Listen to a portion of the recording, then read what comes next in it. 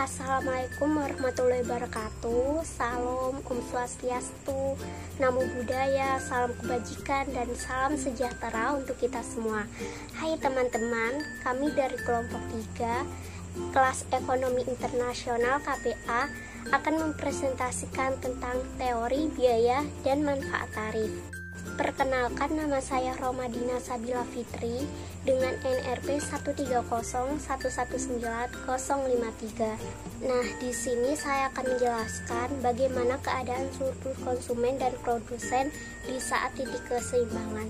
Namun sebelum itu, saya akan menjelaskan pengertian singkat dari surplus konsumen dan produsen serta pengertian singkat dari tarif. Surplus konsumen merupakan mengukur besarnya keuntungan konsumen dari pembelian karena perbedaan antara harga yang sebenarnya dibayarkan dan yang bersedia dibayarkan.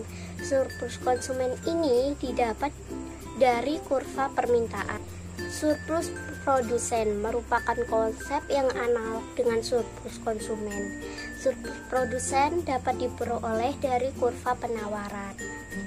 Tarif merupakan sejenis pajak yang dikenakan atas barang-barang yang diimpor. Tarif sendiri dibagi menjadi dua, yaitu tarif spesifik dan tarif ad valorem. Nah, lalu bagaimana sih keadaan saat surplus konsumen dan produsen saat keseimbangan? Surplus konsumen dan produsen saat keseimbangan terjadi jika key demand sama dengan key supply. Nah, sebagai contoh di sini ada key demand sama dengan 100 min 2P, key supply sama dengan 20 plus 2P, maka Q demand sama dengan Q supply sama dengan 100 min 2P sama dengan 20 plus 2P.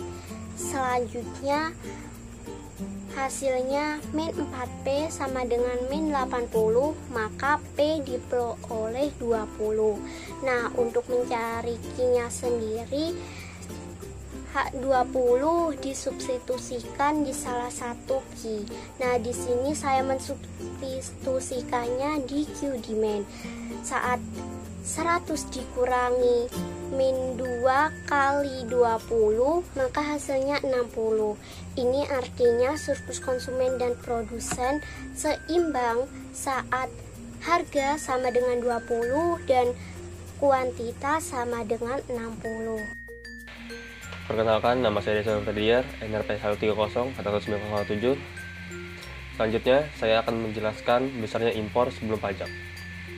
Seperti yang diketahui, permintaannya 100 min 2P, lalu penawarannya 20 plus 2P. Dan untuk harga gandum dunia atau price-nya sebesar 10. Maka langsung saja masukkan P yang sebesar 10. Berarti untuk demand 100 min 2 dalam kurung 10, lalu dijumlah 100 min 20 sama dengan 80. Untuk supply-nya 20 plus 2 dalam kurung 10, lalu sama dengan 20 plus 20. Totalnya 40. Lalu selanjutnya untuk mencari besar impornya, maka I sama dengan QD min QS atau quantity demand kurang quantity supply. Langsung saja dimasukkan hasil sebelumnya, yaitu I sama dengan 80 min 40 sama dengan 40. Maka besarnya impor sebelum tarif adalah 40. Nah, selanjutnya terdapat dampak tarif terhadap kesejahteraan. Tarif impor yang tinggi merupakan salah satu kebijakan yang dilakukan pemerintah dalam kegiatan ekonomi perdagangan internasional. Tarif impor yang tinggi akan menimbulkan berbagai dampak, salah satunya produk luar negeri yang masuk jumlahnya akan lebih sedikit dan jenisnya terbatas. Dengan demikian, produsen dalam negeri dapat lebih bersaing dan terlindungi eksistensinya. Perkenalkan, nama saya Muhammad Alvin Arkanan Tasyam, NRP 130119055, mata kuliah Ekonomi Internasional KPA.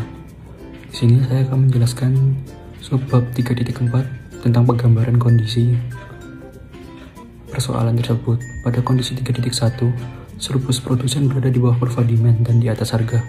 Sedangkan untuk surplus konsumen berada di atas kurva supply dan di bawah harga. Keseimbangan surplus konsumen dan produsen terjadi pada saat quantified demand sama dengan quantified supply, sehingga bisa menemukan price equilibrium sebesar 20 dan quantity equilibrium sebesar 60. Dilihat pada kondisi 3.2, harga gandum dunia sebesar $10 dan tarif impor gandum sebesar $5. Dalam menggunakan untuk mencari besarnya impor sebelum tarif, kita harus menggunakan fungsi quantified demand 100 dikurangin 2P dan quantified supply 20 ditambah 2P. Masing-masing ditemukan bahwa quantified demand sebelum tarif sebesar 80 dan quantified supply sebelum tarif sebesar 40. Besarnya impor sebelum tarif ditemukan dengan persamaan quantified demand dikurangin quantified supply dengan hasil akhir 40. Teman-teman, itu tadi presentasi dari kelompok kami. Kami ucapkan terima kasih dan mohon maaf jika ada kesalahan kata. Kami ucapkan sampai jumpa dan salam sehat.